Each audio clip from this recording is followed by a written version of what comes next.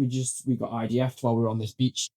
As we were hearing these mortars land and stuff like that, and it was kind of like, shit, this is real. So it was going away on my own and then having dinner on my own and then come home on a weekend. And so it was very, very isolating. I was getting pissed every weekend or through the week. And that's when I realised I was like, I'm struggling to manage this sort of lifestyle. There's a massive suicide and self-harm element to a women's jail. Go into a cell and someone's hanging or someone's cut up, and went into the cell and this woman's just dead, blue in the face, blue lips, mouth open, eyes wide open. Like, this was like real exposure to something serious. So we were banging out CPR for half an hour. It's exhausting. The next morning I woke up and I was just like, I need to get home. And, I didn't know what going home looked like.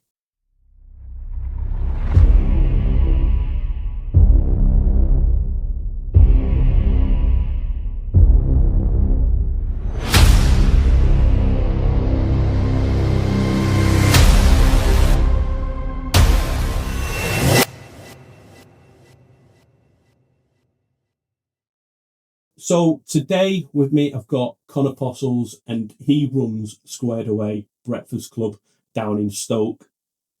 Connor is a former Royal Engineer. Today we're going to dig into a little bit about his story, why he joined the army, his time in the army, but more importantly, we're going to focus on his transition period once he's left and what's led this new Breakfast Club idea with a little bit of a twist.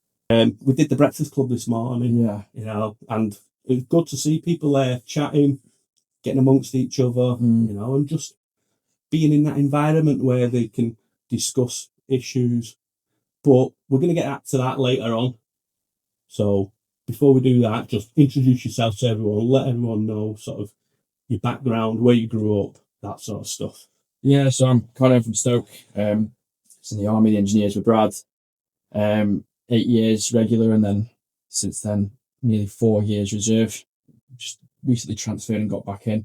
And yeah, I now, following leaving the regular army during the prison service, which came with its own issues, but it was also a great job and another chance to be part of a uniform service. And then I now work in the NHS in veterans healthcare, and alongside that, back in the army doing a bit of PT work at the gym, and I've just started a couple of support groups and charities at the gym, one of them being Squared Away Military and Blue Light Support Group, and then another one, a women's welfare, wellbeing, sexual abuse and domestic violence support group.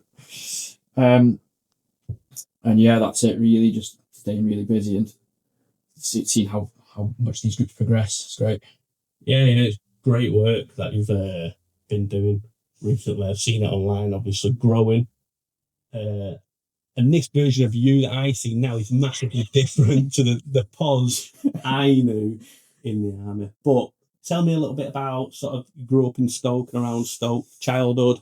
Yeah, so I'm from a military family, so straight away grew up in like that early exposure to military life. So mum and dad were both in. I knew that from a young age, obviously, but then all my grandparents are in. On both sides, great grandparents are in both sides, and there's quite a big, extensive military history there, involved in pretty much most of the conflicts in sort of modern war. So just from that, it was everything. Like, a lot of the stuff was based around like military life and how rules in the house and stuff like that. And from there, yeah, it's just developed this obviously super keen interest in sort of being involved in military stuff and knowledge of military life. And then during the cadets when I was a young kid. And I think just as a combination of both being involved with military family and being in the cadets, that just formulated this desire to be in the military. So the Royal Engineers is obviously you chose to go down the path of the Royal Engineers. Did any of your family members, did they serve within the Royal Engineers? Yeah. Was there a specific reason you chose that and that trade? So I originally applied to join the Royal Marines.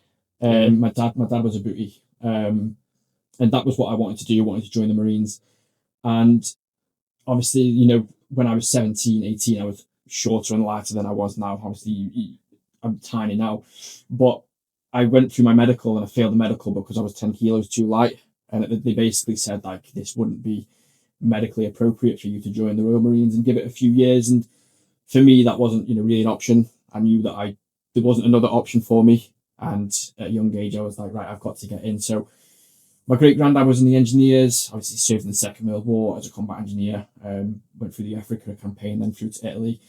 So growing up on his stories, I was like, well, I've got the opportunity to join the Royal Engineers and then sort of commando course it and go through, be part of that sort of what I want to do in that, Commando Royal Marines element, whilst being in the engineers. So that was the initial plan. But no plan really survives the first contact. So yeah. So you joined in around 2014. Yeah. By that point, all these major operations, Iraq, Afghanistan, and stuff that was going on was winding down. So with you joining, was you thinking, I've joined too late, I'm going to miss out on these tours? Did it play a part of you wanting to join it early at 16, 17 so you can try and catch the back end of that stuff going on? Was operations like a big part of you wanting to join, or was it just like the overall sort of military life? Yeah, 100%, especially growing up in the Army Cadets. When I was in the Cadets, it was from about 2008 to 2013, just before I joined the Army. And at the time, because Afghan was still on, there was a lot of sort of like TV shows, especially on BBC, like Young Soldiers and stuff like that. And it's almost like an indoctrination, isn't it? Like when you're young kid, you want to join the Army and you're watching shit like that, it's Ali and it's cool. And just want to get in. And then I joined. When I joined, I was in basic training when the news came out that the Army were then shutting down Afghanistan, and it was just like a little bit like, oh, for fuck's sake, that's going on, it's shutting down. We've just got in, and got in as they were collapsing Afghanistan. It was kind of like, where are we going to go and what are we going to do? And is that just going to be a case of we sit on a barracks for the whole time we're in the Army and go and train in the UK, which isn't really what I wanted. But there was obviously that understanding when I was speaking to like the section commanders that there's obviously other stuff that goes on despite these, these alongside these sort of mainstream tours. So it was just a case of seeing what comes out of that. Yeah, because my perception was very much, especially later on, I was looking at these other tours and stuff that was going on, but I didn't really look at them or value them the same way as I did with my earlier tours. I was looking at them thinking it's more like a little bit of a glorified exercise, but clearly that wasn't the case. Yeah, and I think you said it as well. Around remembrance, and you had your medal on, like, to you, like an Afghan or a single Afghan medal says more to you about somebody than like a row of like a GSM or a UN medal or something like that, because it's a completely different type of tour, completely different type of deployment. And I recognize that. Do you know what I mean? I'm not going to make out like mine was like as kinetic as yours, because it 100% wasn't. But I think there was that part for me as well, is that is my deployment less valuable than say yours, especially when I rocked up to Ripon. It was the fallout from sort of your Afghans and your Iraqs. The section commanders there, the seniors there, were all Iraq and Afghanistan, and they'd done all that, and I'm rocking up, and it's like there isn't really the opportunity to do that. You almost feel like you're being looked down on, and it is funny because it's not my fault. I wasn't old enough. Do you know what I mean? You can't join the Army at 12. Yeah, they're like, oh, you've not been to Afghanistan. It's like, well, I know, because you know what I mean. I wasn't old enough. Yeah, it's mad. So now when I sort of speak to people, and they will all compare their service lads. It's not just younger lads as well. When I've been away and been doing stuff with the RAA, I've got the older guys who've been to Bosnia, Kosovo, Northern Ireland, and I was delivering these briefings when he was coming up to me and he's going, my tour was nothing like yours. And I was like, hang on a minute, like, as soldiers, we can only do what's been put in front of us. At the end of the day, we all sign that exact same sort of blank check, and we're all prepared to go and do this stuff, but you can only do what is put in front of you. Yeah. So I think we all play our service down, but everyone should be massively proud, whether that's getting into firefights in Afghanistan or looking for IEDs, or whether that's going to look at my later Iraq tour when I went to Shader. It was like sunbathing, holiday camp. But so there's massive differences between it. But everyone signed that blank check and they've gone. Yeah, I'm going to put myself into this position. Your service is no less valuable just because you haven't been able to do them things. So I think we get hung up on who's done the earliest job. or Yeah. who's got rounds down. And for me, it was that when I was younger, but as you get older and you mature and you realise, you think, everyone's done stuff. Mm-hmm. Lava banks. Yeah, lava banks. For people who don't know what lava banks is, it was a small training area outside of Ripon. So was you expecting to deploy, or was you not at all? Yeah, I always expected to deploy. It's always what I wanted. Like I say, I don't think anyone wants to get into the army and doesn't expect to deploy. Well, it's like being a footballer, not getting on the pitch. Isn't so it, there's always that expectation, and I think when you're going through basic training, they make out like you're going to be deploying every week. And I mean, they're not going to go through basic training and tell you that you're just going to be sat on barracks, because it defeats the purpose of training you to be in the army. Yeah. So there's that sort of the way the training goes and the expectation that you're going to be going out on the ground and getting rounds down and all this stuff. And the reality is when you rock up to your unit and everyone's just getting pissed and drinking each other's piss, and you're on lava banks again, and whatever that may be. So it's a completely different world from training and what your perception of what the army is going to be to what it actually is at times. Yeah, because I think the thing that sold the army, especially to my era of people, is operations were there. So people was joining the army purposely to go on operations, but clearly you didn't have that flagship operation for you, Yeah. So what was your expectations of army life versus to what it actually was? Because you would have heard stories, grandparents, parents about military life, and you've probably got these expectations in your head, but what was it actually like once you got through training and you got to the unit? I think my expectations aligned with what the reality was at first, because I obviously I was at 2-4 for my first unit, and completely different world to sort of what 2-1 is at Ripon, just the calibre of the blokes, and not necessarily in a bad way, but just how serious it is at that unit compared to what 2-1 is like. Sort of getting to that unit and not just surrounded with engineers, but you've got Royal Marines there and stuff, and a very serious unit, and that very much aligned with what we've come from training and what my dad had told me about because he was based down at Shivner as a Royal Marine as well. So obviously, what I imagined it would be was exactly what it was. I thought myself up and wasn't quite ready for that at the time. So yeah, that was my initial perception of what the army was going to be, aligned quite well in a good and a bad way. I think. And then getting to Ripon 2-1, a normal engineer regiment, like we spoke previously offline before, and you had some really good blokes in that recce troop, but you also, I'm not going to name people, you had some people who, well, you know what they and I've worked with 5-9 Marines, paras, and all that sort of good stuff, and like you say, they take everything very seriously, but then when you come to a different regiment, like a normal army field regiment, that is very much dumbed down, and the people who are like that tend to go on and be flyers, don't they? Yeah, well, obviously, I'm best mates with Fitzy. Yeah, I dropped him in there. He looks like he wants that.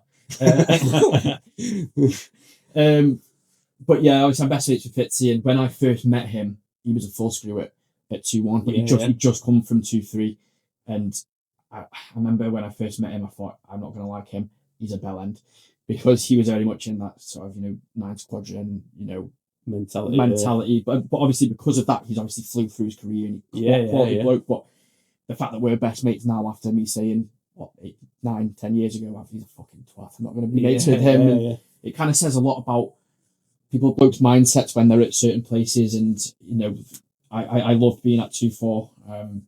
Didn't quite work out for a couple of reasons, but it was just a completely different job and a completely different type of army. It is very much a very different army, I think. And like you say, them sort of people, they go on and they do fly. So you turned up to Ripon, not a lot going on. So what was like your first exposure to like the field army, as in like doing an exercise or a deployment? You'll know we spoke about this offline. Was it Wessex? Is that like your first? No, Weymouth. Yeah, Weymouth. Yeah. Waybe for it. Rocked up to Ripon on a Monday, and then got told that next Monday was obviously going down to Waybe to do bridging or a combat engineer test and stuff like that. So Monday we get there, straight out on the Monday night after we'd obviously dropped to Lucky off. Yeah. And I mean, I think the second night, Recce were due to be on guard because obviously the troops rotated around who did guard. So I think we were getting there and we would guard the second day and then bridging like the third day or whatever. Went out on the piss, and because I come from 2-4 and I then rocked up at 2-1, which was a totally different, more chilled out regiment, me and Robbo, sorry Robbo, we just went insane. We were both rocked up on the same day into RIP, and we both went on the piss, and they didn't come back. And then so we got extras. So that whole week in Weymouth was spent either on the piss or on extras on guard. So that was my first exposure to like a normal unit. Yeah, great first impression. Yeah. And then so after that it was Wessex, and then from there I think the next thing was Cambrian, which I got spammed for. I don't even know what that was, but I got spammed for Cambrian. And tell people what a Cambrian patrol is. That some people might not know what it is throughout military. Cambrian patrol, it's for the sort of best soldiers in the world. Just I don't know. So I got sold this dream that it was just a section attack. I didn't know what it was. Jeppo. So I'm name dropping everybody here. I got told that I'd been nominated to go and do Cambrian patrol. Knew nothing about it. Just thought it was like section comps. Was told to report to Dog Squadron and go and speak to Fitzy. And at this point, my only exposure to him was me meeting him when I'd said that he's a bellend. So I was like, oh shit. So tips up. So I had that conversation with Fitzy and he explained what it was. And I was kind of like, oh fuck. I don't think I'm physically or mentally ready for what that is.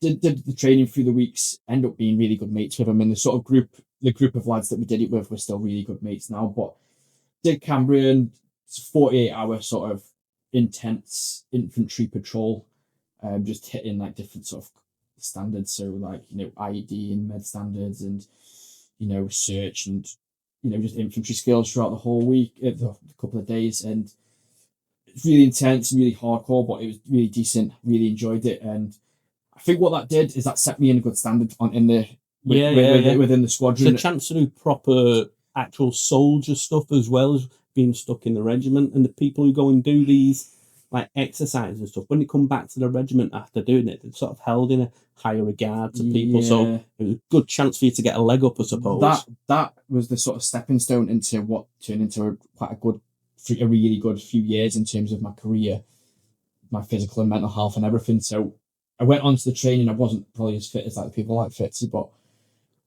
still managed it, passed it. And off the back of that, was offered a chance to obviously deploy to Somalia, because there was only a small group of us that were sent to Somalia and we were picked. It wasn't like right, you're going. There was kind of like who gets to go on this deployment, and they wanted some really good blokes to go, and my name kind of got thrown into the mix. And because it was a mixed bag, it wasn't just 7 Squadron, it was a few from Dog, a few from 4, a few from 7. So they were picking they wanted to pick some really good blokes to be able to go out there and deliver a really good sort of mission that was out there. So I managed to get on that, and from there it just it took off, and I had a really good few years off the back of that. Right, so Somalia for me, like when I was looking at it at the time, I remember you actually deploying, but because of my previous shows, like we spoke about before, so that looks at it as like a bit buckshy, if that makes sense. I didn't think, and even to this day, I'm still quite oblivious to like actually what was Somalia and what was the point of you being out there. I'm still not even really fully clued up, because I know obviously when we think about Somalia, we all have this like sort of preconceived notion of what we think it is. Black Hawk Down. Well, Black Hawk, exactly. We're going to bring it up. Like when I talk about search and people think about Hurt Locker or whatever. So as soon as you think Somalia, you think Black Hawk Down. And it is a spicy area, but I suppose you wasn't really getting involved with, that side of stuff. But what was you actually doing in Somalia? I mean, it's a good question, because as we were deploying and training for it, I didn't really know why we were going to it for until sort of last few weeks. We were kind of told, and obviously it wasn't like the 90s when the Black Hawk Down stuff was going on. what it was is the general elections in 2018 when they were trying to establish a new sort of leadership in Somalia. Obviously, the Catans had been running for a few years, which was the sort of mission in Somalia, which was just supporting the African mission there because of the sort of instability in the country. But when we deployed, it was during the elections, so there was a lot of heightened tensions and heightened security risk. And we were basically just out there doing combat engineer tasks, and we were out there sort of training the African missions out there. So the Ethiopians and the Kenyans, the sort of bordering countries to Somalia. And sort of in that sort of period of instability was when, do you remember that Nairobi one Kenobi? Oh, Do you remember when he went through? SAS, Yeah, like Craig, yeah. Craig, I can't remember his surname, but Yeah, so you know, we were out there during that time. Obviously, Kenya was at heightened security risk, as was Ethiopia and sort of Djibouti and stuff like that. So we were out there just making sure we were providing really good training to these blokes. We spent a lot of time sort of building tangas and building Hesto walls and just working on that sort of perimeter fence, making sure the camps that these guys were operating out of were fit for purpose. And yeah, it was just a really good time, and we spent a lot of time just field fortifications, but it was grafting work, really demanding work, and I really enjoyed it. The thing with Somalia, it was such an unforgiving country because admittedly we kind of slacked off a little bit because we were under the same mindset that it's more or less a working holiday, and every now and then something would pop off. And I think my first exposure to that was we used to go down to like the rock pools and the beaches and stuff like that as like a bit of like downtime, just chilling in the water, having a good time with all the lads and just getting some music on. And that was our downtime, really good sort of chilling out. And we got IDF'd while we were on this beach, and obviously you all know from Afghanistan, I mean, Somalia was nowhere near as kinetic, but that was my first exposure to anything. And I was kind of like, fuck, like I didn't really know how to feel at the time. Yeah, it's a real thing because training's training, and it doesn't matter how much training you know how much training you do or whatever bat sims you use, or nothing compares to when it's actually there happening at the time. And as you're hearing these mortars land and stuff like that, it's kind of like, shit, this is real. There's a real feeling like I don't really know what to do. Yeah, like your body kind of takes over into this sort of training, like get down and do your drills and stuff like that. But you knew straight away this isn't training, like this is real life. And that was my first exposure to anything like that. And yeah, it was strange. Yeah, I remember my first exposure to IDF, and I remember thinking, this is not, it just didn't seem real. And everyone else around me was just chilled and relaxed because they'd all sort of done that Iraq prior. And everyone was just chilling. And I was thinking, what is going on here? Like it was a mad sort of thing to be a part of, just sat in a cold pro. But did you feel like you was in danger, or did you not? Because especially, this might be me with obvious experience, but later on when I went to Iraq, we got IDF'd a couple of times, and this is the first time Trump was in power, and he was sending tweets to the Iranians, and then as soon as he sent a tweet, rockets had been fired into camp. It was mad. It was like Iranian-backed forces. Yeah. But I remember I was just like, I couldn't, at that point, I just thought, I couldn't get a shit, you know what I mean? I think it was more because it was just my first exposure to it. Like differences, maybe like small arms and stuff like that, because there's nothing you can do. And for me, we were on a beach. No hardened accommodation. I was on a beach and I was in beach shorts. Yeah. Do you know what I mean? My body armor and helmet weren't within arm's reach. Do you know what I mean? I was in a fucking rock pool, so I had to scramble out of that. And we were just on the floor on a beach, like behind a rock. So it was completely different to how a conventional sort of get down from IDF is, with your kit and your body armor, and you've got like maybe like a compound with like a bunker. For me, I was just like, fuck. So was he actively targeting you on the beach, or was he targeting like the complex as a whole? So we were told that they were targeting the beach because they were really quite close, but where the beach was just opposite like a little UN compound where like Spanish soldiers and Italian soldiers doing their bits as well. I think a Spanish soldier got hit and he got taken quite badly. And there was quite a mess when we went and went through the compound afterwards. There was some substantial damage in there. We were quite lucky that they fell short and didn't go anywhere near us, but they sounded close. We were only sort of not far from where they did hit. So I remember Tommy Davis, I think he was able to see where they were firing from because he was close. We were close enough to them where we could hear all three shots, like the pop and the whistle and the bang. So Tommy could see them, like where they were, like popping the rockets over. And then as we got back into the shand, into the camp, Tommy went into the sort of comms tent and he was sort of telling them what he'd seen and where it was and stuff like that. And then they sent the Kenyans on a little dally up to go and find them. Did that then change your perspective in how you operated out there, or did you have a couple of days where you had to carry body armor and helmet everywhere you went, and then did it just fizzle out?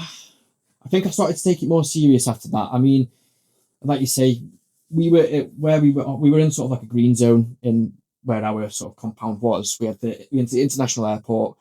It was 100, 200 meters away from where our compound was, and we were sort of like gated, and then out the main gate you were into sort of downtown Mogadishu. Only a stone's throw from Bukhara Market where the Black Hawks went down, which was interesting, but we were sort of to a degree within our sort of own little safe area, so we had that sort of warm and fuzzy feeling that we're sort of away from whatever. And probably on a weekly basis you'd hear a big bang in the city, like a car bomb or some kind of some kind of IED or something. There was always something popping off in the city, but never close enough to what it'd do is it'd restrict our movement, or it'd restrict where we can go and what we were doing that day, and sort of heighten like our body armor, helmet and stuff like that, but nothing big enough. And then after the sort of the IDF stuff, I took it more serious personally, and then that wasn't far off from when we sort of ripped out of there anyway. So I think so the sort of last few weeks of being there was a lot more, felt like a tour compared to the lads' holiday, but that was the kind of the only exposure. So, like, what was the living conditions and stuff like there? Was you just staying in tented accommodation? Was it? No, it was hard, like ISO. ISO containers. Similar to what we had in like Shader, we'd have 2 per room. Yeah, so we were 3 per room, sometimes 4. The good thing about our tour, there wasn't a lot of us that went.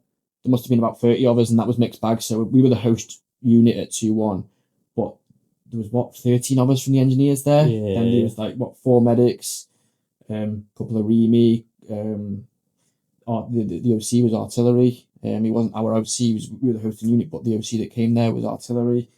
So it was kind of like a mixed bag of what our capabilities were as a little deployment. What about the fun moments? Because I definitely seen a couple of Facebook posts of yours, Yeah. And I know you was allowed to drink. Yeah, was you allowed to drink, or was you not allowed to drink? I mean, I definitely know you did. But it was a 2-can rule, which basically meant like you get as pissed as you want, but if you fuck up, and I'm not going to say any names, but it wasn't just us; like the officers were bang on it as well. I can imagine. I mean, we didn't know that. We kind of had an idea because we were getting cabbaged like every week. It wasn't like through the week. We were working hard through the week, grafting to do like sandbagging in sort of desert conditions. In full kit, it's different to on your B3, but we were grafting through the week. We were training hard through the week. We were training twice a day, as well as doing all these. We were all fitting in shape. So come Friday, when we weren't working weekends. So come the weekends, like we'd go down to the UN compound where they had like a tuckle, what we'd have in that Kenya and get pissed. And we were just 2-can ruling it all night. I suppose as well. So you're talking about the fizz twice a day. You had quite a few blokes within that section who was fit lads, wasn't there? Who was like sort of fizz machines. So I suppose you're all training quite a lot and come back like in decent shape. That's the best shape I've been in. I mean, aside from the jungle, which was a different kind of in shape because I just wasn't eating nothing. But like I came back from Somalia and I had like an 8-pack. Do you know what I mean? There was no excuse not to be, because there was no fast food or anything like that. There was like even like a cheat meal was just eating a bit more than you normally would. Do you know what I mean? So we were there getting training twice a day. We'd train at like 5 a.m. Just I'd go and train at 5 a.m. Then we go and sandbag and HESCO all day. That's grafting as it work as it is. And then in the evening we'd go and train again, and then we'd go downtime, go watch a film or something like that. And it was basically working lads' holiday, like getting in shape and unreal shape. Yeah. looking back on it now, it's probably the best time of my life. Like me and we all still hang out when we can. I mean, that's a problem in itself, like you say, because we come from a core. The engineers, we're all spread out, and everyone's got their own lives. Some are still in, and some are doing different jobs and whatnot. But it's just an amazing time, like going down to the rock pool and getting invited to like the British Embassy parties, like where they were also on a Toucan roll and clearly weren't, and like the fun run that we did, that we held, and we would. There's great pictures still. Mate, yeah, we'll have to send it, man. I'll post it up. Yeah, pops up every year. Mate, I managed to jump higher than Shieldsy. I'm a 5'5". Like I'm just in that good shape. I could just like spring.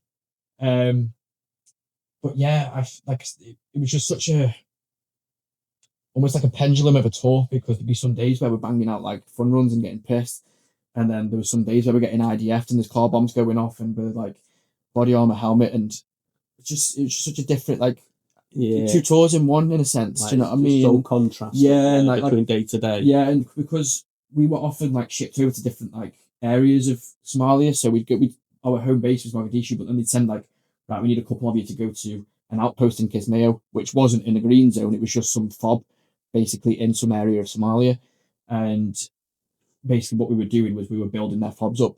Yeah. And the shit thing is that sometimes we'd be speaking to some of these Kenyans and Ethiopians, and then like a couple of weeks later, some of them wouldn't be there. Yeah. Do you know what I mean? So obviously they're doing their frontline stuff out there, where they're obviously meeting these blokes, and obviously every now and then one of them wouldn't rock up, or for whatever reason, and they good blokes, because they'd go straight from a patrol or a firefight or whatever they're doing in the daytime or the nighttime, and then come and help us out with building these like perimeter fences and stuff. So it was just such a mixed bag of a tour. So what was next on the agenda when you got back from Somalia for you? I mean, I picked up, I promoted whilst I was out in Somalia. So it was come back, and obviously the main focus was, get my promotion courses done, and my B1 came up when they still did a B1, and my A1 for my what was it? Trade. My A1 for my trade came up. So it was just a case of get them courses done, get my promotion courses done, so I can move into that sort of next, level of army. Do you know what I mean? And to go into a sort of junior NC role where I'm B1 and I'm class 1. I'm trade, and I find that class 1 trade thing mad within the engineers, because you'll go and spend how long was your class 1? 6 months or something like that? I was a fitter, so my first initial one was over a year. And then my second one was 9 months. And so there's like almost 2 years there. And how much fittering did you actually do across your career? Well, that's the thing. There was all this focus on doing my trade. Trade's redundant because the army was just sort of pushing anything out to sort of like Brilliant Amy or like ALC or ALC. I mean, they've kind of changed every year on who had the contract, but any kind of fitter work that needed doing was just pushed out to a civvy contractor. For whatever reason, so I never touched my trade. And I mean, to be fair, I was in a recce troop, so didn't have to, because what my sort of job role at the time wasn't focused on that. I wasn't in a workshop role, so that was the sort of next plan. Just get them courses done, do my promotion courses, come back. The plan was to stay in recce anyway, because it was it was a troop where you didn't have to leave when you're promoted. Well, I think there was that thing with recce where you all thought you was cooler than you actually were as well. Do you know what I mean? I think it was more for the name. Like you're in the recce troop, and every troop commander that we'd have would rock up and say, right, I'm going to change this and turn it into a proper recce troop. The army's very sort of clicky when you move into these, and no matter what job you go into, like the engineers, we are made to believe during our B3s that we are the best thing on the fucking face of the planet. And then when you go into these sub ones, and it probably works the same with infantry with their snipers or whatever, but then the recce troop was sort of seen as this, held to a higher standard. And back in the day when I was a sapper, it probably was, but it didn't seem to like transpire across when I got to 7 Squadron. No, I mean, we had good blokes in the troop. We had some good blokes in the really troop. Good blokes, yeah. And I dare say that probably some of the fitter blokes were in the recce troop anyway. Like Chris Hato and stuff, name dropping everybody. Yeah. But like when I rocked up, some of the blokes that were in there compared to some of the blokes that were seeing the other troops or other squadrons were quite some of the fitter blokes and decent, or who had done like selection or like the arduous courses and stuff like that. So I think because I come from 2-4, and when I got my sort of posting order and it said Recce Troop, I was like, yeah, I can go into it. Because the Recce Troop, because the Recce Troop 5-9's Recce Troop, it's a different beast, isn't it? Ball, yeah, they're out with Marines and doing stuff, all their things. So when I see Recce Troop, I was like, they've heard about me. They know Poz is coming, so like, yeah. But yeah, when I rocked up, there was always the ambition in the troop that they wanted to go and do stuff like drone operators or CVRT courses or whatever it was, and it just never really happened. But I think because we were such a small troop and there was blokes always going off and doing courses, no one was ever there at the same time. So we were basically just a holding pen for bods. Yeah, that's what I seen. Like a lot of the Recce Troops have disappeared by that point. So now you've done your GNCO card or A1, you're now Alliance Jack within the same troop. Yeah. You know, how did you find that with, especially the sappers who's now pairs with, now obviously they are under your command as such. How did you find like managing that difference? I think that's the hard thing. Probably the lads will watch this and have a bit of a laugh, and that's the whole thing, because normally when you promote or you pick up, you cross post to a different squadron or a different troop or a different unit. Yeah. For that very reason, you rock up as a Lance Jack and you're not around your peers that have, you've previously been sappers pissing around with. You're now trying to tell them what to do and establish some kind of a leadership element. And certainly that the way the Raid Recce Troop operates in its how it believes it operates is you're such a close-knit team that rank structure is a bit more lenient within the Recce Troop, and that's how they sort of what it is, because you're like doing in hides together or with each other all the time. Whilst there's that rank structure, you're kind of a bit more pally than the conventional troop with their leadership. So obviously I stayed in the Recce, and it was hard trying to maintain that friendship, and not like it ever faulted the friendship, but hard to try and establish that leadership with people that are just like, oh, shut up. Do you know what I mean? Like you think like who the fuck are you now? Like, and obviously you'd always get it from like your stripers, and they were like, oh, I want you to like show some leadership ambition, but at the same time you still consider yourself one of the bods. Yeah. So it's like, oh, I don't want to piss off my mates or seem like I'm being a belter to my mates, but at the same time, like, am I going to progress if I'm not setting these standards that is expected of me from It's an hard one to balance. Obviously, I got lucky when I promoted. I went to Germany, so for me, obviously, a different sort of kettle of fish it was. Right, but for the best thing that I did was maybe comparable to Somalia was I got the opportunity to go to the jungle. As an attached arms. So Scots Guards, 1st Battalion Scots Guards were obviously deploying to do their jungle warfare training phase. And they kind of put it out to a couple of the local, non-infantry units to see if anyone wanted to attach and, go as an infantry, not as like our role. Do we want to go and do that? And I think for someone who's not infantry to be able to go and do jungle warfare training is quite decent. It's not very often that happens for non-infantry. It used to happen that a lot, back in the day, but then after I'd left Maidstone, there was lads who were going on doing jungle warfare and stuff like that, but then it just disappeared overnight. And when that opportunity came up, I think obviously you see things like the SES, like Who Dares Wins, and obviously that's where the majority of special forces do their final training phase, just because the environment's so intense, and it's such that it's just the rawest form of soldiering that there is. So I sort of snapped that up. Went to the jungle, and I thought, this is my opportunity to go and do some like proper army stuff, and with an infantry unit as well. So I got there and I got attached to the sort of recce and sniper platoon of an infantry unit. I kind of had that thing that I don't think I'm going to get on with them, or they're not going to get on with me. They're going to see me as this, a Renf, and who is this bloke who's in a recce troop? What's a recce troop compared to a recce platoon? Like, what do you even do? And there was obviously the banter, but I really got on with the blokes. And obviously we deployed into we flew over to Belize, civvy flights as well, because it was over COVID. So flew to Belize on civvy, spent a night in Miami, managed to blag the sort of in the airport there. Managed to blag away into the business suite of the Miami airport, because they just love military in America. Love it, don't they? So took me one night and I was like, oh yeah, we're off to Belize jungle warfare. And they were like, follow me. I was sort of sat up there drinking like rum and cokes in like the smoking area of Miami Airport. I think I've made it here. Like this is the pinnacle of like my army career. I obviously got into the jungle. We did like a bit of like sort of introduction to the sort of climate there because it was just intense. Like just being in Belize, yeah, it's just humid. Just even just in the city, it's hot and it's humid and it's hot all the time and everything's trying to kill you. The bugs, the wildlife, the fauna, the flora.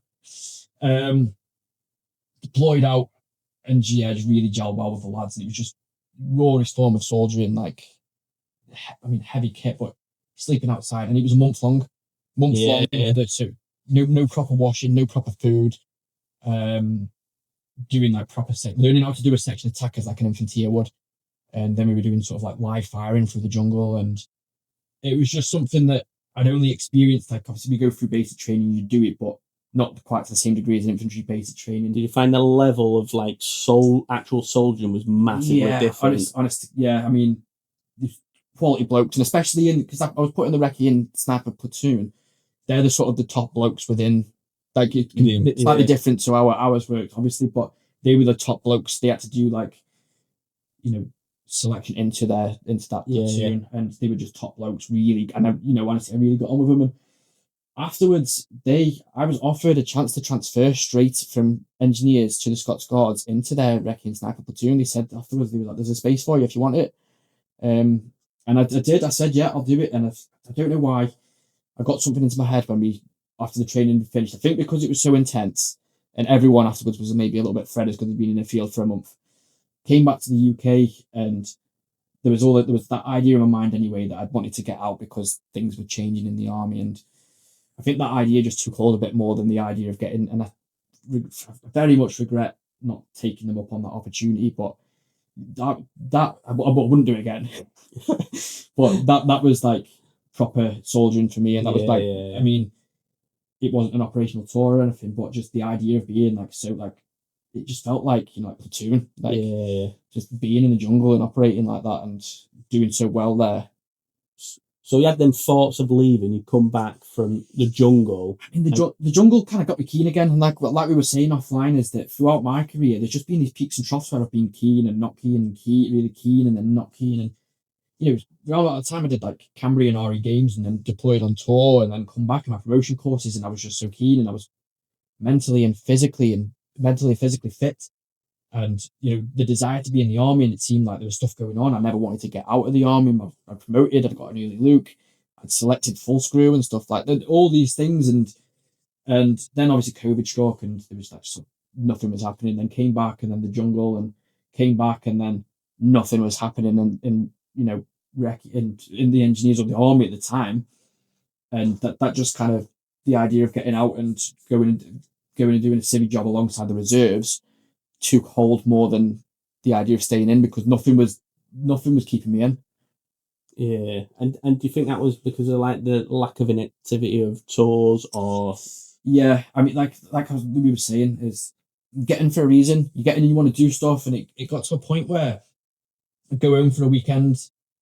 I've just bought my house, so I come home and spend a nice weekend in my house, and you're a bit house proud, and the idea of having your own place and that adult stuff.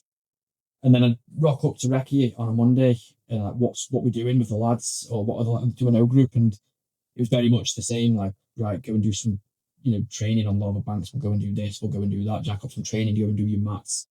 Go to the gym, and it just became the same. And then they'd be like, "Oh, potentially going to Iraq or potentially going to Canada," and then we see what's happening with that. Not happening anymore, and it just got to a point where, and then you were listening to like people that were in the reserves saying they were going here and going there, and they were getting first choice for stuff, and it was like, well, why can't I just get a civvy job, earn more money for a start, and then stay in the reserves, still go and do the deployments, and still do more soldiering? So that was the idea I got into my head, and maybe through neurodiversity, ADHD, or that idea just took hold that this is what I need to do.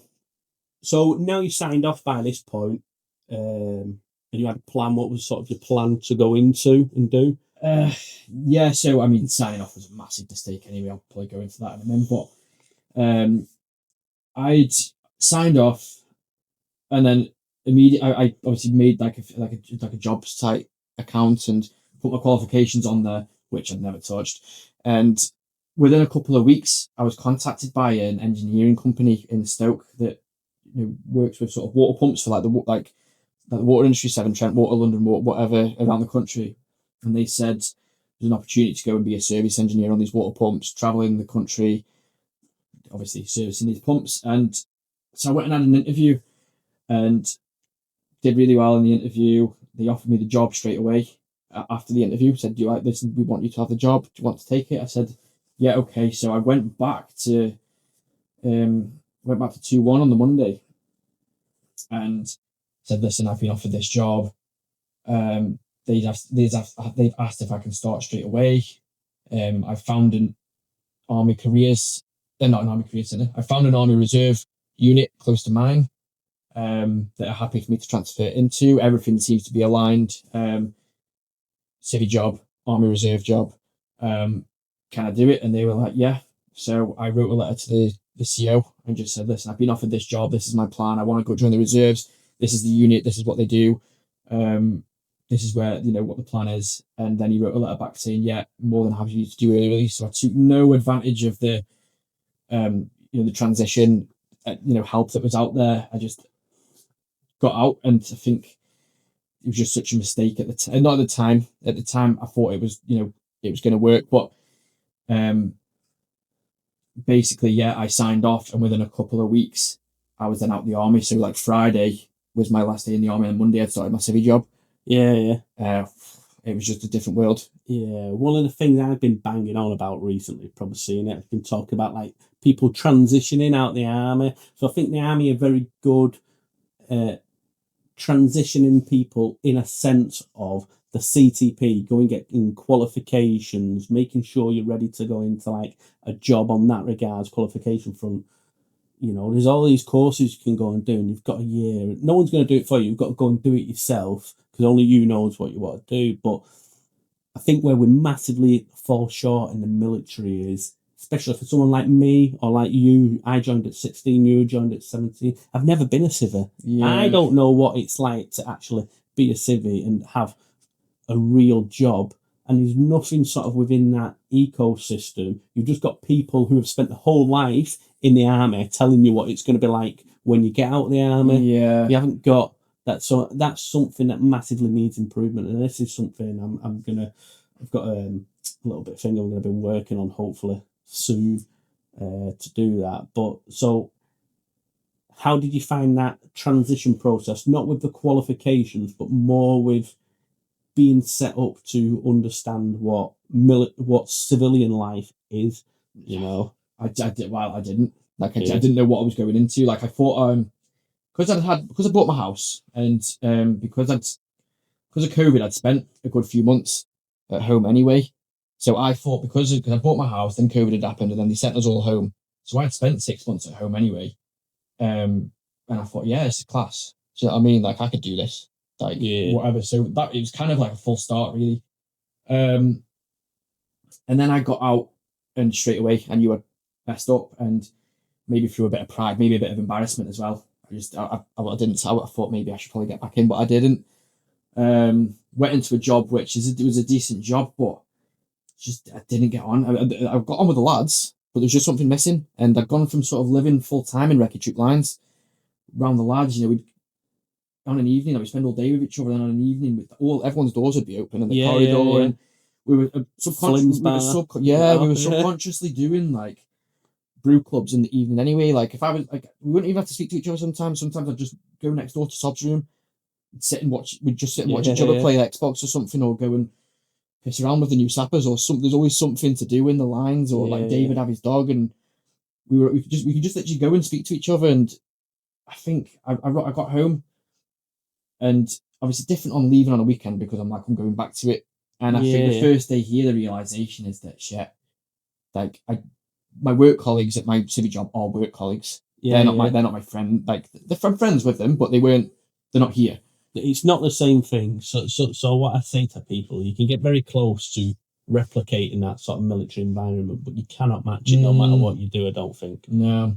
And 6 months into that job, it was just not going well. Like because I was a service engineer, I'd rock up on a Monday with my van.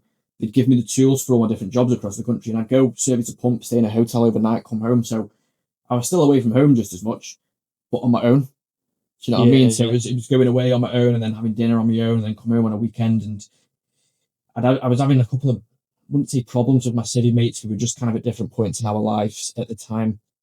My army mates were still in the army and obviously based at different places or deployed or whatever. So it was very, very isolating. Obviously, I had my family, but we're not exactly a close family. We're not the sort of family that hangs out and does stuff together. So it very much became a very sort of isolating time. And the only kind of peace I found in that was just getting pissed all the time. And what I was doing, I was getting pissed every weekend or through the week and whatever else comes with drinking and stuff like that. And I think that's where I realised I was like, I'm struggling to manage this sort of lifestyle that I have. I need to kind of shape this. So you find yourself drinking alone at home and stuff like that as well? I was only drinking alone because obviously if I was out at some hotel or whatever on a job, I'd have my dinner, have a few beers, get cabbaged. What I'd do is sometimes I'd like complete a 2-day job in one day so that I can then go get cabbaged in a hotel on sort of work hard, and then I've got a day in a hotel just chilling.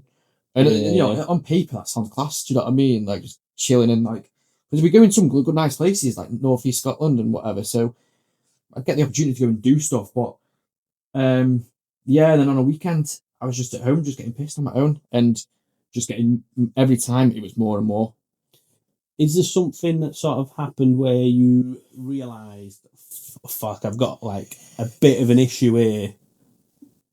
Yeah, I was on a job in Whitby, and they've got like this, you know, Neptune's bar. It's like a Benidorm kind of thing. Yeah. They call it like Neptune's bar in the UK.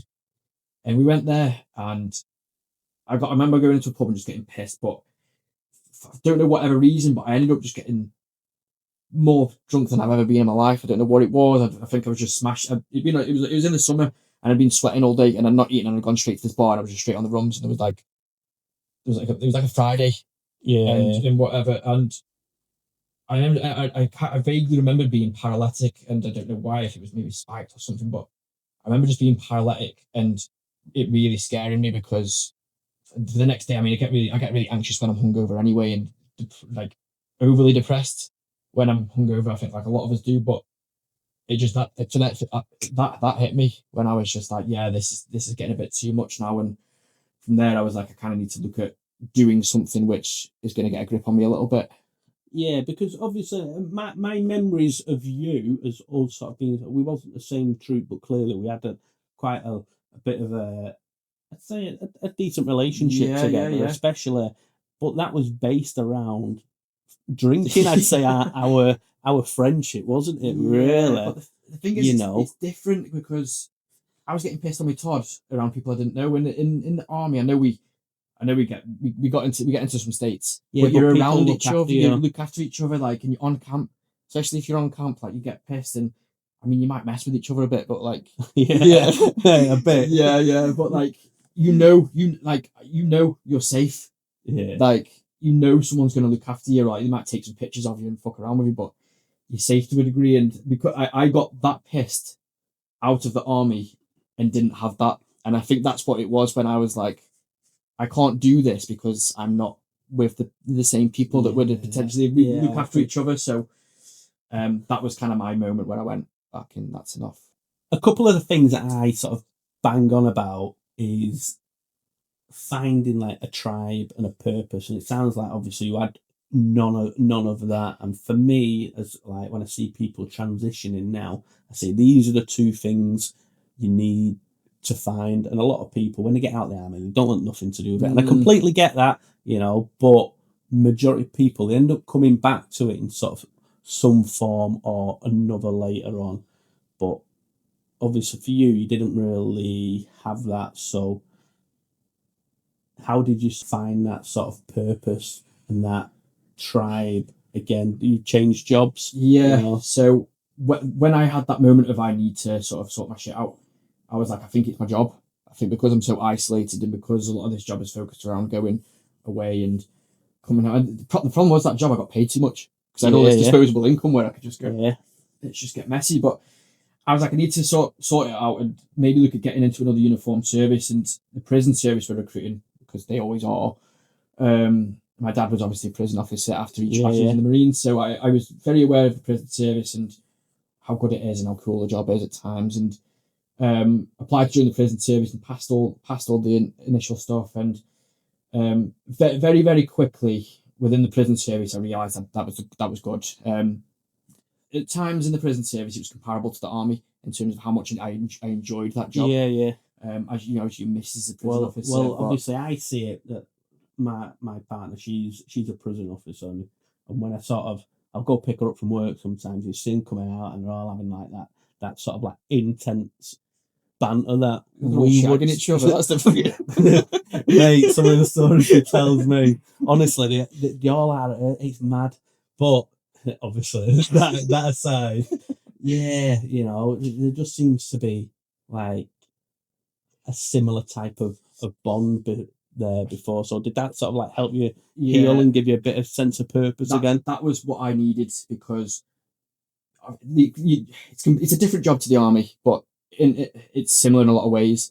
You're doing stuff like I seen and did a lot more in my 3 years in the prison service than I did in the army. Like I said, I didn't necessarily go on a kinetic tour. I had my little exposure to a little bit, but the prison service I did. I was in a women's jail, and there's a lot of sort of suicide and self-harm. So whilst the army didn't really give me any of that, the prison service does. But because you deal with it with everyone else, it's a shared experience. So you bond like that. The army does. You gel and you bond over shared experiences, trauma. But yeah, that's exactly what it is. So a couple of the other officers were also veterans as well. I find that really helped, and I moved into a sort of sub role where I was a veteran in custody support officer. So any veterans that were, any prisoners that were veterans, I kind of looked under as I sort of overarched them, and I really enjoyed that kind of element to the role as well, working with people that perhaps I'd have been like if I hadn't have got into that job. And I always said that is that probably if I joined the prison service, I'd have probably found myself in some kind of trouble and potentially be in the other side of the system. Yeah. So that kind of made me good at the job in a sense. Like I'd had that sort of in that other life and that other experience. So yeah, it's that shared experience with other officers that had been through sort of similar, and you are very close to each other. What are some of the experiences or some of the things that you had to deal with working in the prison service that sort of challenged you the most? I think every jail's different. Obviously, you'll know as your partner's a prison officer, but a women's jail's 10 times different to a men's jail. She always says that they're a lot worse. She's never working more. It's just insane. Like, men are all about scrapping and fighting, which is fine. You're in a good team that you do that together. But women's, they're manipulative and they're demanding, and I mean they still fight and they scrap. Like there's no sort of like discipline to their fighting. They're hair pulling and scratching and biting and spitting and stuff. But there's a massive suicide and self-harm element to a women's jail. Especially because a lot of them have got children, and a lot of them have got children. They've been taken away from the children have been taken away from them. And there's a couple of instances where, you go into a cell and someone's hanging or someone's cut up, and, we're not just talking like minor cuts, we're talking like down to, major blood vessels and bone and, overdosing. I mean, I got an award a couple of years ago for saving that prisoner who had overdosed in a cell, but yeah, it's just stuff like that, and it was different every day. The job was different every day. You don't know what you were rocking into. Some days it'd be good. Some days you're on a suicide self-harm watch. Or are you happy to talk about that incident that you got an award for? Yeah, I mean, it was so strange because it was Christmas morning and I was on days, and I thought, you know what, it's Christmas. I'm going to rock up like an hour early just to relieve one of the night staff because it happens a lot. That's how good friends you are. You rock up and you swear each other away and sort each other out. And so I rocked up and I says, listen, one of you can go home. So one went home because he was on a moped and not a car, and it was Christmas. They just said, like, get yourself away. And then a general alarm went off, which is obviously you react to when you bounce out to and deal with the incident. Went into the cell and this woman's just dead, blue in the face, blue lips, mouth open, eyes wide open. Like, we were just like, fuck. And do you know what? Like, this was like real exposure to something serious. Training kicked in, like straight training kicked in. I was like, right, you two get her off the bed. I ran and went and got the defib, came back with a defib, clothes off. We couldn't defib her because we put the pads on, but it wasn't allowing to defib. So we were manual CPR for about half an hour, and it's not just as simple as getting an ambulance into a jail. No, you ring an ambulance. The ambulance can be outside the jail for half an hour as they go through security, which they still have to do. Someone has to escort the ambulance to the room. So we were banging out CPR for half an hour. It's exhausting. It's exhausting. So we were rotating between the three of us, and stuff that I brought from the army actually that maybe the others didn't know. I was checking for like pulse rate and breathing rate and looking at sort of like the atmospherics and stuff. I'd seen that there was like a sock on the fire alarm, the fire detector, smoke detector. Obviously realised that she must have been smoking something. So spice is a big problem in there. So when the paramedics did get to her, I was able to sort of relay how her breathing rate had increased and decreased and sort of what level it was. And when I was able to sort of like tell them about sort of potential drugs that she's taken and what she's had, and we managed to get her back to life. And they said, half an hour is a long time to be not breathing. Yeah. So manually we kept her alive, and then 6 months later she was released from prison to her children. So it was really sort of like a really proud moment in that she tried to commit suicide because she was away from children at Christmas, and 6 months later she was out to her kids. So, but yeah, the training kicked in. I think, it's almost like autopilot. So like how something would go on in there. It's like reacting to sort of like a contact or anything else. I think you don't think about it, you just act in that moment. Yeah. But no, fair play to that's fucking amazing, really. To go sort of through that and to have that sort of military backup training to fall back on, which sort of elevated you above other people. So how long did you serve prison service for?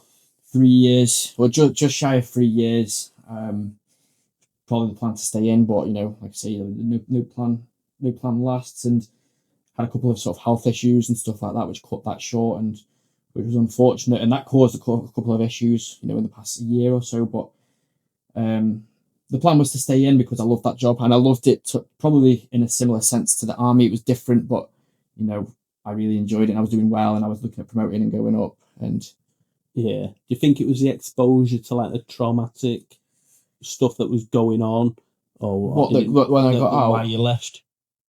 No, I mean I handled that quite well. I think that I handled it well.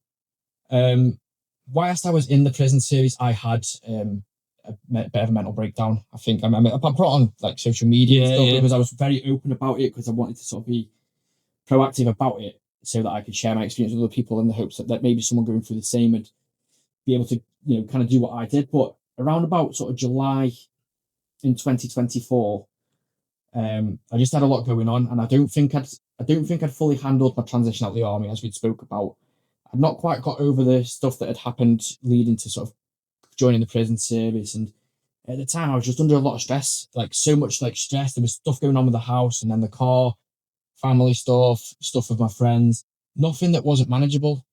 But alongside that, I was starting to notice that I was potentially had some kind of like neurodiversity struggles, stuff that you don't necessarily notice in the army, because I always say this, because everyone's got ADHD or autism or OCD to some degree, and there's always that element of go here, do this, do that, wear this, and there was that structure through the day, and then on a weekend when you've not got it, you're relaxed. Because I never had the structure and the job wasn't a structure, it was shift pattern. I realised I was really struggling with sort of suspected ADHD and autism, but they weren't diagnosed at the time. And what that for me was, because I didn't realise what it was, I started to think, is this PTSD? Yeah. So a lot of my focus was, am I struggling with dealing with, stuff in the prison service? And then I started to think, am I struggling with stuff from the army? Has it bothered me? Did it bother me? And I didn't know, and I kind of felt a bit like a fraud thinking about, does it bother me? Because, like I say, it wasn't kinetic and not like... Well, no, exactly like we were speaking about before. I've had other people who, like, I'll look at people who have done crazy stuff compared to me, but then people will look at me who've not necessarily done as much and think I've done an amazing, like, a load of stuff as well. And they will maybe be struggling, and they'll look at me and go, he's not struggling, so, like, I shouldn't have anything up with me, but clearly that is not how, like, mental health works. Yeah. Clearly we've figured that out now, but I think we play down our experiences quite a lot. And also, if you're quite sort of introspective and you think about stuff yourself, you overanalyze stuff And as well. that's what I was doing. So I was ADHD behavior. I was analyzing because I didn't know I had ADHD. Like I just thought, because I was very structured in the army and whatnot. Is that bothering me? Because I think about it a lot. Am I actually bothered about it?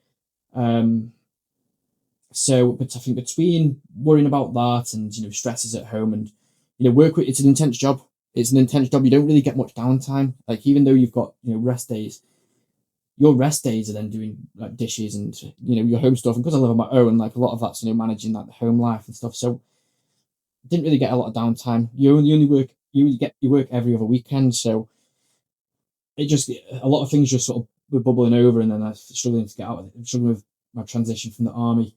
And I just had like a complete breakdown on my mental state, and it was started when I was on a camping trip with Shieldsy.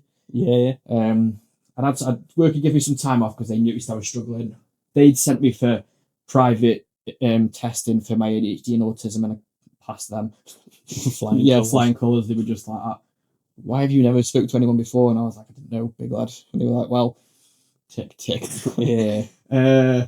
So got my assessments and diagnosis with them, and yeah, I was on this camping trip with Shieldsy. We'd had a bit of a night together, and probably was a bad time to be drinking. Yeah. And the next morning I woke up and I was just like, I need to get home. And, I didn't know what going home looked like. Like I don't know what my intentions was for then obviously coming home and whatever, transpired with that. Lucky my sister was at the house, but that's kickstarted a sort of period of a good few months where I was like, I need to sort look after myself and sort some stuff out and deal with some things. And did you try and deal with it yourself rather than sort of take advantage of these sort of networks? And also, like, how did you feel getting that diagnosis as well? I tried to take advantage of Up Courage, which is the sort of Veterans Mental Health Service, and they got back to me and said, "Oh, you're referring to our service. There's a 6-month wait," which was a lot less than a sort of civvy waiting list for mental health support, but it was still a long wait for me. And I was just like, shit, I kind of need it now. And I'd approached the prison service, and as much as I love the job, they're not great at man management and welfare either. I mean, it may be jail dependent, but ours weren't the best. And so I didn't really know where to go or what to do. And like I say, I didn't really have much of like a friend support network. I didn't really reach out to any of my mates. So I kind of tried to self-manage. But when I was trying to manage, my external stuff as well, I just wasn't managing it well. And then obviously that kick-started this like complete and utter mental breakdown. Like everything collapsed. So I had to kind of explain how, but like I felt different. Like mentally, I felt different. I felt like I wasn't there anymore. Yeah. So it's hard to sort of work out how I was feeling because I didn't know. Yeah, and you're trying to attribute how you feel to all these obviously different things that you've experienced. I'm wondering is it this, or is it the ADHD, or is it the autism? Is it the fact that I've got IDF'd on a beach in Somalia? Yeah. And it was trying to work out what's the contributing factor. So I went through talking therapies, and I explained like there's 10 things here. None of them are major. It's not like I've gone through like major trauma. And it's like which one can I think about first? Which one I'm trying to think about them all at the same time without managing one as an individual. I think the diagnosis really helped because it was almost like that's what it is, as opposed to there's something wrong with me. And since then, when I've sort of been very open about what I have, and I mean, it wasn't a surprise to me. It certainly wasn't a surprise to anyone else. When I said to people, I said, "Listen, like, I've got autism," they were like, "We know." Who's surprised there? Like, it was only news to me. Like you've got ADHD, and like we know. Yeah. But especially now, because there's obviously we see it a lot, especially like people online and stuff, of self-diagnosing themselves with autism. I think a lot of parents do it as well, where they go, little Jaden's got ADHD. No, he's not. He's just a little bastard. And I think that was my interpretation of ADHD for a number of years: is you are just a little shit. I don't even think that. So this is my personal take. People are going to watch this and go, "You're fucking completely wrong." Right? But this is my sort of personal take. I don't even think necessarily autism and ADHD. I don't think the things that we don't need to have as humans. I think us as primal humans back in the day, these were superpowers. The superpowers in the army, you'll see it in the army. People with ADHD, we definitely know a lot of people. I don't want to mention any names, Yeah. but there is a lad in my troop who went diver, a little lad. Yeah. Oh, fucking hell. Yeah. Like, mate, off the scale. Yeah. But I think Just wouldn't shut the fuck up. yeah, we was the people who back in the day would go out and, you know, hunt that fucking bison or bring the food home or this. So I Yeah. think it's like a natural trait over years. And I think now the environment we're growing up in, boys being told to sit still in classes and everything else, and we're going, oh, he's got this wrong with him. No, I think we've built the wrong type of world around us. I never considered ADHD or autism a disability, especially in a role like the army or the prison service, because it made me good at my job. Yeah. Where I found that it was a hindrance was when I when I had my surgery and I was sat at home and didn't have an outlet for what I had. And when it was very apparent that I wouldn't be able to move back into the prison service role because of my, now disabilities. That's where I started to wonder, am I going to have issues with my ADHD and autism, and are they going to cause a problem? Lucky I found myself in roles that, will help me with that. But that was a major worry, is that it's a disability in certain circumstances. Yeah. You just got to find, like, say, putting someone in a school where they've got to sit there for hours isn't going to help. Putting someone in the army, like at Harrogate, they're probably going to benefit from that so much more than they would a conventional sixth form or. Yeah. So prison service sort of come to an end, but it wasn't really on your terms as such. No, I'm kind of a little bit bitter about it, because I enjoyed the prison service, and I'm not, bitter at anyone individually or whatever. It just is what it is. I think I'm more bitter about the circumstances that led to it. But I'd had surgery to rectify what was a minor ankle injury so that I carried through the army and stuff like that. That wasn't getting any better. It was just a keyhole thing. I ended up developing like a nerve condition in my back and my pelvis, and the ankle surgery had kind of had the opposite effects, where it weakened the ankle. And what that meant is that I wasn't safe to sort of patrol in the prison service, or I couldn't sit down for prolonged periods of time, and having issues with my pain. And what come with that was other issues. So inevitably I found myself unemployed for a few months, just living off savings, which wasn't ideal. Yeah. So after that, you transitioned into like your current role now from the prison service. Explain to people what sort of your current role is now. Yeah, so I went through Up Restore, which is obviously Up Courage's sister organisation, where we specialise in physical health, for ex-military. And I went through them as a patient, and they really, really helped me in establishing the correct pathways for my physical health. When I was looking for a job, this job opportunity came up. I seen it on Indeed, and it gave me the opportunity to work from home while supporting military veterans in accessing their healthcare, something that I was very passionate about anyway. Passionate about working with veterans, passionate about healthcare because of my own experience. And it just a perfect fit. Able to work from home, and I was able to manage my my physical disabilities a bit better. But I was able to sit and stand, and wasn't I could kind of plan my day as I needed to. So yeah, I basically just facilitate the access of veterans into the correct healthcare pathways. And from that was kind of the one of the things that led me into doing what I do now in my sort of side projects. That was one of the key stepping stones. But just making sure that veterans are getting the correct healthcare that they need, which I'm very passionate about from my own experiences. And I work with a very small team of all veterans who are we've deployed to all sorts of things that are very passionate. So I work with very passionate people in very similar to people, similar to the army, but I'm allowed to sort of work from home, and I can manage my my physical and stuff a bit better. So it sounds like pretty much like you're landing on your feet, like the perfect sort of job. 100%. To be honest, I don't know what I'd done if I wouldn't have got the job, because I was unemployed and looking for something that I could able to manage what I have, and that came out of it was almost like a tunnel, like the tunnel of light or whatever. And I was just like, yeah, this is what I need.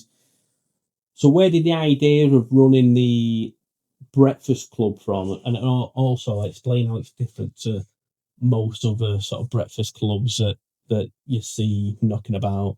Yes, so in my civvy job, as well as speaking to these veterans and sort of establishing what healthcare they need, we also have like a holistic approach where we establish if there's anything else that we can help with. We're sorting your physical health out, but if you've got mental health stuff, we can sort of direct to maybe your courage, or you've got financial issues to SAFA or whatever. And then I'm almost like a social prescriber as well. So I'm making sure that people get what they need in whatever other avenue that may be. So yeah, just making sure that people got that access to whatever they need. And alongside working there, I do a little bit at the Tri-Service and Veteran Support Centre, which is a local veterans charity, and they basically act as like a central hub where they do what I do in my. They facilitate the access to whatever relevant organisation people need. They approached me and just basically said, we're struggling to get the younger service leaver through the door. We're getting veterans, and when you say veteran, you think the Chelsea pensioner, older, the SLR is better than the SA80. Northern Ireland, the Falklands were great sort of veteran, and they just want to sit there and chat and have a brew and play checkers, which is fine if that's what they want, but they weren't getting the sort of 25-year-old to 45-year-old service leaver very recently got out. The needs and wants and are completely different to that person, and that they are to that 70-year-old veteran. And they were trying to work out like how we get them through the door. And I think some of the main issues were that it's a support centre. It's a dedicated support centre where people have to go, and there's maybe a bit of pride or stigma. And what I wanted to do was sort of set something up in the gym where it was a drop-in coffee morning, where people can rock up and just grab a brew, and there's no fixed agenda to it. And from there, that's when it just kind of took off. The idea is that there's veterans out there, there's armed forces personnel out there, people who maybe haven't transitioned yet or are about to transition can rock up and get access to these organisations. There's blue light services, prison service, fire, police, paramedics that maybe need also that additional support where they're potentially not getting it. So I just thought, right, okay, let's start this. The gym staff, you met Belle today, they were really keen on doing something, but they didn't quite know what. And they also run a couple of other support groups on the side, like for like Parkinson's and women's support. And they basically said, right, you can spearhead it, you can run it, and we'll just work out what it is that the people want. And you were there today. From there, it's just sort of took off, and people really enjoy it. It's a casual, chilled out thing, and I think I enjoy running it, and it's what people need, I think. So I was talking before about like that tribe and purpose. So have you felt like it's give you those back? Yeah, I mean, it got full on to start with because it almost took on like another full on job. And I wasn't getting paid for it, so it was like, right, I'm balancing my job and the Army Reserve and that, stuff at the gym, and obviously I'm doing this now, and I'm designing posters and Facebook groups and sending invites out and sending mass emails out and having meetings and interviews and radio shows and stuff. And I'm thinking, is it going to benefit people? Is it going to work? Am I doing this for nothing? And yeah, like I said, they've all really took off, the groups that I've done. And I think there was almost an absence of what in the city. I mean, like I say, you've got Tri-Service and veterans, but they're sort of focused on a certain demographic and struggling to get that other demographic. Whereas mine, there's a bit of a younger element there. And so it's mad. I was working recently with another sort of veteran organisation, and they asked me to do a bit of work with them because they're also very struggling to recruit that younger veteran. So I went along and obviously did it, but it just seems like they're so far behind the times in the way they communicate and stuff like this. So they to contact me, they'd be like emailing me, but obviously I have a full-time job, so this isn't my job, and I'm like, just ping me a message on WhatsApp, I can deal with it straight away. Get with the times. And they're like, right, let's set up a Teams meeting. And this is for me, for one bloke. And I'm like, mate, you can just FaceTime me. You don't need to send me 3 emails to say, let's have a chat on this carrier day. Pigeon. So it's mad. So I think it's also educating them on, like, if you want to attract a younger bloke, you need to communicate with them through them avenues that we communicate through. you know. Yeah, and I think with stuff like this, like Yeah. like a podcast on Facebook, or I've reached out to like you know, people that are, you know, active in on social media, influencers and stuff, that, you know, military influencers and stuff like that. I'm pushing my groups out to them for them to then promote.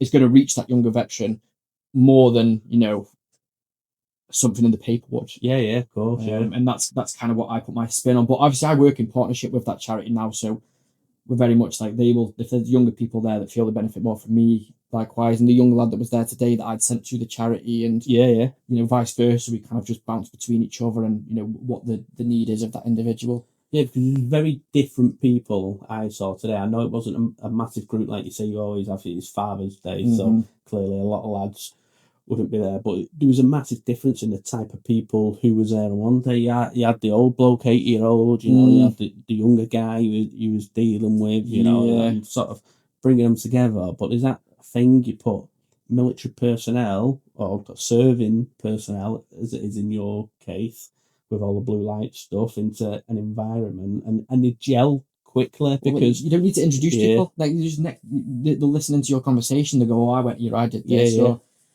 there was never any like a moment, even when the three blokes who rocks up later, I'd never met them before. They'd never been before, and, you know, within a couple of minutes they're drinking brews and getting involved with the lads. You know, it's that's the whole reason I wanted to start it, because they maybe don't have that. Maybe isn't that where somewhat like, you know, the older boy, he may be sitting at home on his own, maybe a bit isolated, and he's now got the opportunity once a week to come and just engage people. He's probably going to do him good. And like that younger lad came, who's obviously had some issues, and I'd seen the first time I'd seen him, he had his issues. He came back today and we spoke to him, and he's now in sorting them issues out. You've sent him down them pathways. That was pretty cool to see, and he's took advantage of them. And now it seems to be he's on the upwards, you know. Yeah, and that's the whole point that I wanted to make, is that we can signpost to anything. Yeah. So what is your vision for this breakfast club now? Squared away it is for people who don't know. To be honest, what it is now, I think works. I think the idea of what it is it's just a relaxed brew club. But what obviously happens is, as the weeks go on, I have drop-in groups, you know, like the British Legion or Healthy Heroes or SAFA, or, you know, Op Restore or Op Courage, and I kind of want it to be a brew club, but the idea that someone in that brew club, if they want, can then go and speak to sort of a delegate from SAFA, or they can say, right, okay, there's like almost like a careers fair with a coffee club in the middle, and they can say, right, okay, what do you need, or I need advice with my employment support, or, you know, benefit support, and I go, well, I'll go speak to Kathy over there, or go and speak to so and so over there. And the idea that they can rock up on a weekend, grab a brew, have a chill out like we did, and then obviously go and network with the support that they need. Yeah, because I think a lot of veterans don't generally approach these charities, because we hear a lot of bad stories about some charities, and there is that clearly they're not all good charities. I've had bad experiences myself, which I spoke about publicly, with certain charities, you know. So it's finding them sort of right charities, isn't it, to work alongside. But how do you find sort of, because what I see from the outside is it's always veterans looking after other veterans, if that makes sense. There's not really the government. They say they do this and they say they do that, and they have the Armed Forces Covenant, but they do. It seems to me they do the bare minimum, and they let everyone else sort of do the legwork for them. But in return, now, if that got taken away, what would actually be left for the veterans? You know, if them local small charities that actually do the legwork disappeared overnight. This is the thing, we don't know. Because, you know, there's a lot of veterans, regardless of the age group or age bracket, they've probably experienced conservative labour, and, you know, obviously all the different conflicts and wars and the issues that have come from that. So there's no sort of like, you know, there might be veterans at our group that don't like conservative because of Thatcher and Falklands. There might be some that don't like, you know, Tony Blair because of, you know, Iraq and the first Gulf and stuff like that. So it's there's a between the veterans community, there's a lot of lack of trust in the government anyway. Regardless of what colour they wear or what. Well, look at like the inquiries into like the Northern Ireland stuff. The stuff with the SAS guy Jay Kelly's, you know, like stuff like that. And you think, you know, so there is a massive distrust there of this organisation, you know. So we don't feel that were able to go and take the support from this organisation, or what little support there is. Yeah. So I mean, I think we spoke about offline though, but like a government putting a club on, I don't think you get the same reach as like a veteran putting it on. You know, like we talk about like in the high school, if your head teacher was like, right, come to this after school club, it's really fun. Yeah, yeah. No one's gonna go. Or if your mate's going, let's go have a kick about it in the park. If one of like the top like the popular blokes was like, right, let's go have an after school club, everyone was like, let's go. Like, it's kind of like power of influence. Is that why would we go to a government run thing when when Smudge is running? Yeah, whatever. and he understands and it. He gets it. Yeah, and he understands, yeah. So I think veteran run is probably veteran best. It just needs to be government funded. That is. Yeah. Be copyrighted. Yeah. Yeah. No, so it seems to me that like the funding needs to come from it, because it's like we're paying out twice, we're paying tax, and this is going towards these little bits of initiatives where they can just put a tick in a box and say, yeah, we've done this. It doesn't necessarily fit the correct criteria, but yeah, it's just a mad thing. It's created this sort of ecosystem on its own where the government outsource it, and they're happy to outsource it to us, and they can go, well, look, there's all these great things in place here, so we don't actually need to do much more, but they're happy to send us to these places and put us into these situations, but then it seems like they don't want to deal with the fallout. No, but I mean, you can say that across all the blue light services as well, like the prison service, like they want a certain criteria, they want a certain job, but there's no more funding for more beds and cells and staff. Right? Yeah, sound like you want us to do this role, but don't give us adequate funding for whatever. So I think it's just across the board, and that's why I kind of wanted to make sure the support was there for those groups as well. Is there anyone there, obviously names out of it, that you've looked and thought, I've had a decent impact on this guy already? Yeah, I mean, we spoke about that young lad that rocked up today. He rocked up like the last time, and he was having issues with his physical health. Like he didn't feel, and not from like an up restore perspective, because his issues weren't military related, but he rocked up and he was just getting nowhere with his GP, and he kept feeling like he was getting fobbed off. So, and his mental health wasn't going anywhere, and so I was like, right, well, go and speak. We've got a community nurse, obviously, at the other veterans group. So I was like, go and speak to them, and he's been and spoke to her, and he's now in the correct pathway. Do you know what I mean? Like just based off a month's difference, he's now in the correct physical health pathway. He's doing well, and he's getting there, and his mental health. He's now engaged with a mental health. He's now waiting for an MDT on outcome on his mental health pathway. So just being able to, within the space of like a few groups that we've had, is make sure that this guy he's now in the correct pathways that he needs to be. And to be honest, I think the group's something that it's the kind of the thing that I needed when I got out. Yeah, because you must take a lot from it, like that. This isn't you necessarily. There's like a little bit of a selfish element to it where you're getting a lot out of this group yourself. Like I get it's nice to go and do these things for veterans, but for you, obviously, you'll be taking a lot from this experience, and it'll help you heal and deal with other issues. Yeah, and I mean, like I say, I started it for a reason, because it's kind of the thing that I needed or wanted, and it's the thing that if it was there in place when I first got out of the army, it'd have been ideal. And that's kind of that's mainly the inspiration behind it, is that my own isolation and experiences with getting out and not knowing what the fuck to do, or I didn't know what Up Courage was, or what Restore was, or what Help for Heroes can do, or DMWS, or all these organisations. You put a quid in the tub and you go, well, you're supporting veterans, what do you do? You don't really know what to do about it when you get out, or how to reach out to them. So I just wanted to make sure that I was advertise to people that if you need that support, we can provide that and make sure that you access it. Yeah, man, amazing work. Right then, advice for service leavers. Obviously, me and you had quite different transitions initially. I had very good, and then it went bad, and now it's sort of gone good again.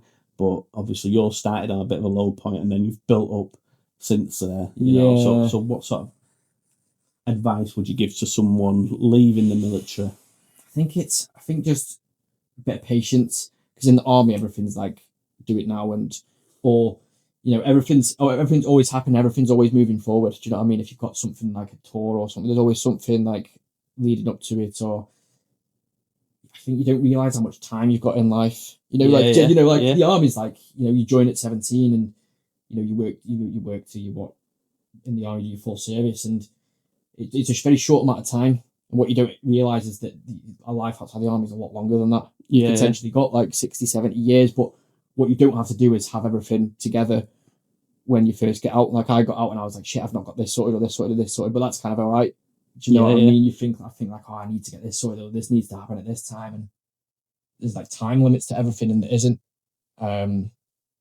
So I think, it's just sort of that patience with that things might not be all right when you first got out. And I think a massive shock for us, especially me, so is everything is done for you. Like your babysat in the army, medical stuff like that. I didn't even sign up to a doctor's for 5 years after I got out. Yeah.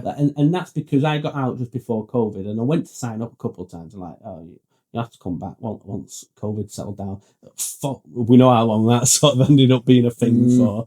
So, and then after that, I just didn't have any issues that was like enough for me to maybe warrant going to the doctors. I did have obviously little bits of issues and stuff. I've only just got a dentist, mate. Mate, you know what I mean?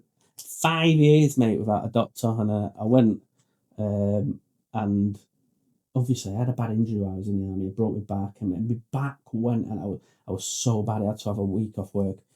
And working like asking me for doctor's notes, and I'm like, mate, I hadn't even got a doctor. And I had to go to a walk-in centre, and they're going. Then they had to go through all their systems and find stuff of me. They didn't have no like records on there, so that was a thing I'd struggled with. But like I say, I think the main thing for me is like people need to get into something where they feel like part of something, whether that's like a breakfast club like you. For me, some sort of sport is ideal. I was very lucky. I was a mountain biker, as you know. I got out and did the bike shop. So straight away, because I was in a bike shop, people who come to the bike shop, I made friends with them. They've got similar interests. I've got lifelong friends from that now. So I built this network around me straight away. I was very lucky, but obviously you was the opposite end of that scale. I had purpose. So my purpose was running my business. Every day I fucking got up and I was excited to fucking do it, and I had people around me who enjoy the same thing, so I had that. And that's what I'd say to sort of people transitioning. Get out and get involved in something. I think sometimes people with kids may have a bit more of a purpose because they've got their kids, and it's a massive purpose. But with like for me, as a singly, it's just like what the fuck, what now? Because I never thought I'd get out the army, and I was just like all of a sudden I'm out, and I'm like, what now? Like everything I'd kind of wanted to achieve in life, I'd done before I was 28. Do you know what I mean? Everything that I'd imagined I'd do as a kid, I'd done before I was 28. So I was just like, what the fuck do I do now? What I've potentially got another 50 years here. But what do I fill it with? Yeah. People play down that purpose as well of looking after the family. So when we was in Thailand the other week and we sat down and we was doing these sort of the Lego sessions, people probably heard me talk about. A couple of lads, they built the model and they go, I know it's not really like some of your purposes, but my purpose is my family, my kids and stuff. And we was like, hang on a minute, that's like fucking up there. That is like the number one purpose. So me, when I was talking about like my new purpose now is building this, what you are all watching now.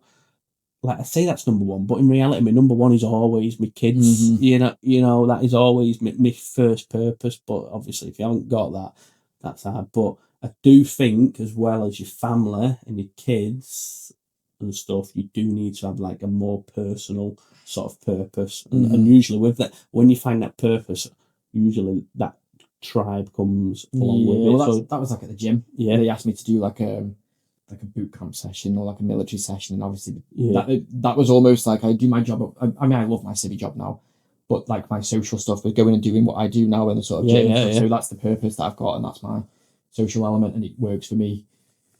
So for people watching this, where can they find out about you? Plug away, do all your sort of stuff that you want to do. So I mean, we're active on Facebook now. We're called Just Squared Away on Facebook. We've got some posters that are just dotted around, like places we went and dropped them off at, like healthcare centres and pubs and stuff. And whether they've got put up, I don't know. But we're still sort of in the infancy, and we're sort of working. how things are working out and how they're developing. And they're developing each week because the numbers are getting bigger each week, which is good.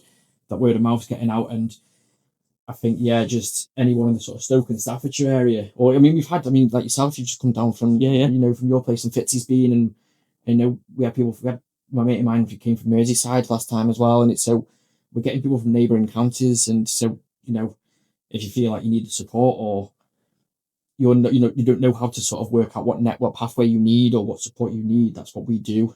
So we're active on Facebook. We send out mass emails and stuff like that, and obviously we've got a WhatsApp group as well and everything. So we're very sort of proactive in making sure that those that already come still come, and that they can then share it with all their networks and stuff like that.